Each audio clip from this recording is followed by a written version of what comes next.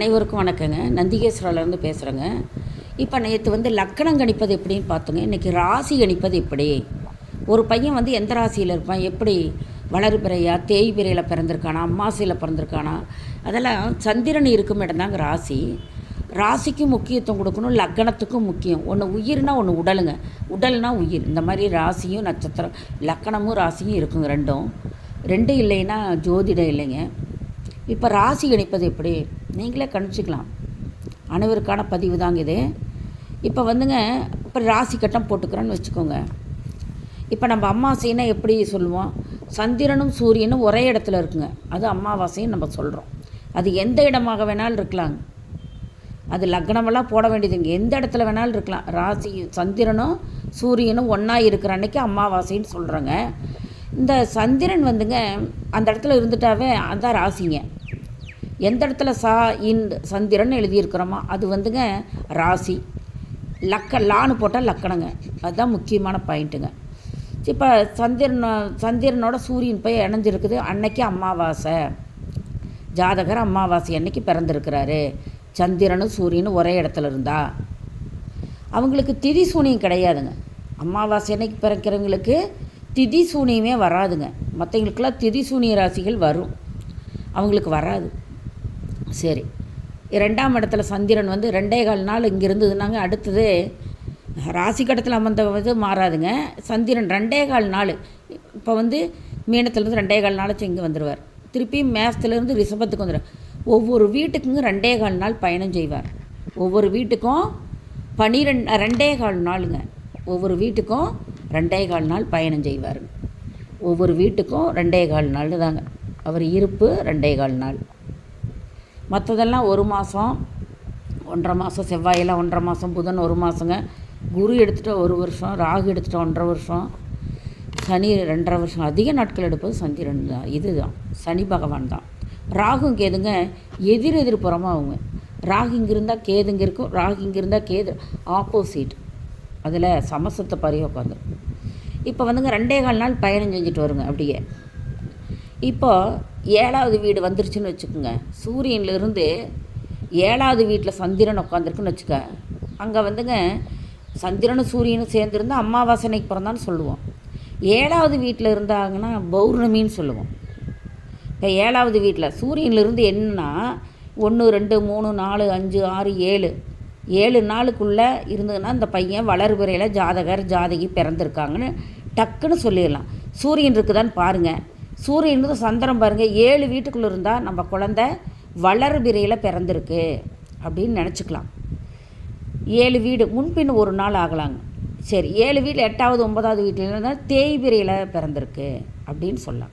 இந்த வளர்பிறை சந்திரன் அதிக பவர் அதிகங்க. வளர்பிறை சந்திரனுக்கு பவர் அதிகம், தேய்பிறை சந்திரனுக்கு பவர் கொஞ்சம் கம்மிங்க. இதுதான் ராசி கட்டத்தில். சந்திரன் 7 கட்டத்துக்குள்ளே சூரியன் இருந்து 7 கட்டத்துக்குள்ளே சந்திரன் இருந்தால் ரொம்ப பவரான ஜாதகர். 7 கட்டத்துக்கு அந்த பக்கம் போயிடுச்சுனாங்க தேய்பிறை சந்திரனுக்கு பவர் கொஞ்சம் கம்மிங்க, அவ்வளோதான். இது சுடு சாதம், இது பழைய சாதம், அவ்வளோதான். ஆனால் சாதம் ஒன்று தான், பசியை போக்கும். சரி, ஆனால் இப்போ பழைய சாதத்தை சத்ததிங்கிறாங்க. சரி, ராசி கட்டத்தில் எந்த ராசியில் சந்திரன் உள்ளதோ அதுவே ஜென்ம ராசி ஆகுங்க. சந்திரன் ஒரு ராசியில் 2.25 நாள் சஞ்சாரம். சஞ்சாரம்னா என்னங்க, பயணம்.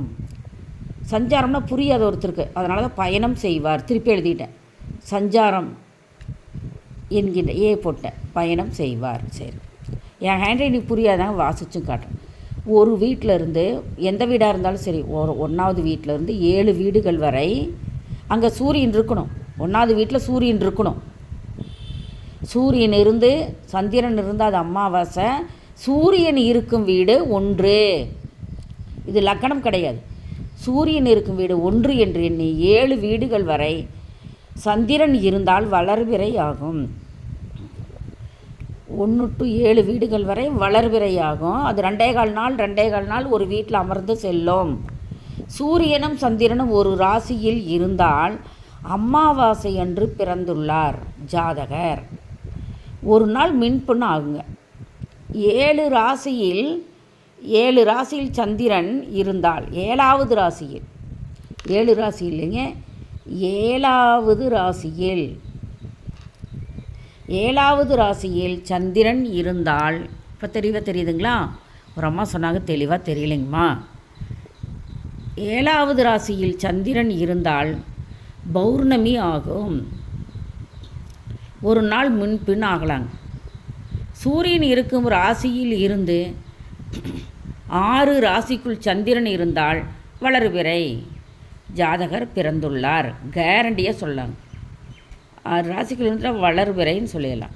8லேருந்து 12 வரைக்கும் ராசியில் சூரியன் இருந்து எண்ணி 1ன்னு எண்ணி 8வது வீடு வரணும். 1 2 3ன்னு 8வது வீடு வந்து 12வது. 8லேருந்து 12 வரைக்கும் சந்திரன் இருந்தால் அது தேய்பிறையில் ஜாதகர் பிறந்துள்ளார். சூரியன் இருக்கும் இடம் 1 என்று எண்ணி 8 முதல் 12 ராசி வரை சந்திரன் இருந்தால் அது தேய்பிறையில் ஜாதகர் பிறந்துள்ளார் என்று பெற்றோர்கள் தெரிஞ்சுக்கலாங்க. ஜோதிடம்னா என்னங்க? ஜோதிடங்கிறோம் அப்படின்னா என்ன? அந்த ஜோதிடம் பார்த்தே தான் ஆகணுமா? ஜோதி ப்ளஸ் இடங்க. ஜோதி ப்ளஸ் இடம் ஜோதிடம். ஜோதி என்றால் ஒளி, வெளிச்சம். கிரகங்களின் ஒளி பூமியில் விழும் இடத்தை பற்றி அறியும் வானசாஸ்திரங்க இது. என்ன ஜோதிட சாஸ்திரம்? வானசாஸ்திரம் தான் பூமி, இந்த ஜோதிட சாஸ்திரம் வந்ததுங்க. சாஸ்திரமே ஜோதிடம் ஆகும். மண்ணில்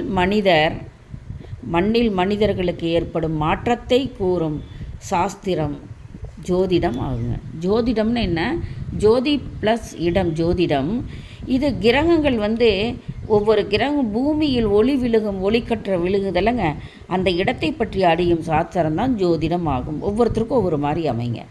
இப்போ வந்துங்க, நீங்கள் ராசி கட்ட அமைப்பது எப்படின்னு பார்த்துக்கிட்டீங்க தெளிவாக. ராசி எப்படி இருக்கும்? அமாவாசையில் பிறந்தாரா ஜாதகர்? பௌர்ணமியில் பிறந்திருக்கிறாரா? வளர்பிறையில் பிறந்திருக்காரா? இதில் தேய்பிறையில் பிறந்திருக்கிறாரா அப்படின்னு, சூரியன் எந்த மாதத்தில் எங்கே உட்காந்துருக்கு, அப்போ சந்திரன் எந்த இடத்துல உட்காருவார், இதெல்லாம் வந்தால் இப்படி நம்ம சொல்லிக்கலாம். எப்படி சூரியனும் சந்திரனும் ஒரு இடத்துல இருந்துன்னா அமாவாசைன்னு சொல்லலாங்க. அவர் பிறந்தது ஒவ்வொரு நாளும் 2.25 நாள் மாறிக்கிட்டே போவாருங்க. அப்போ வந்துங்க எந்த இடத்துல 6வது வீடு வரைக்கும் வளர்பிறைங்க, 7வது வந்தால் பௌர்ணமிங்க, 8வது வீட்டிலேருந்து 12வது வரைக்கும் வந்ததுன்னா தேய்பிறை சந்திரன் பேர். இப்படித்தாங்க நம்ம இந்த ராசி கட்ட அமைப்பது இப்படி தாங்க வரும். அது துல்லியமாக கணக்கு போட்டு எழுதணுங்க. இது அடிப்படைக்கெல்லாம் கணக்கு புரியாதுங்க. ஒரு வீட்டுக்கு 2.25 நாள் தாங்க இருப்பாங்க. நன்றி, வணக்கங்க.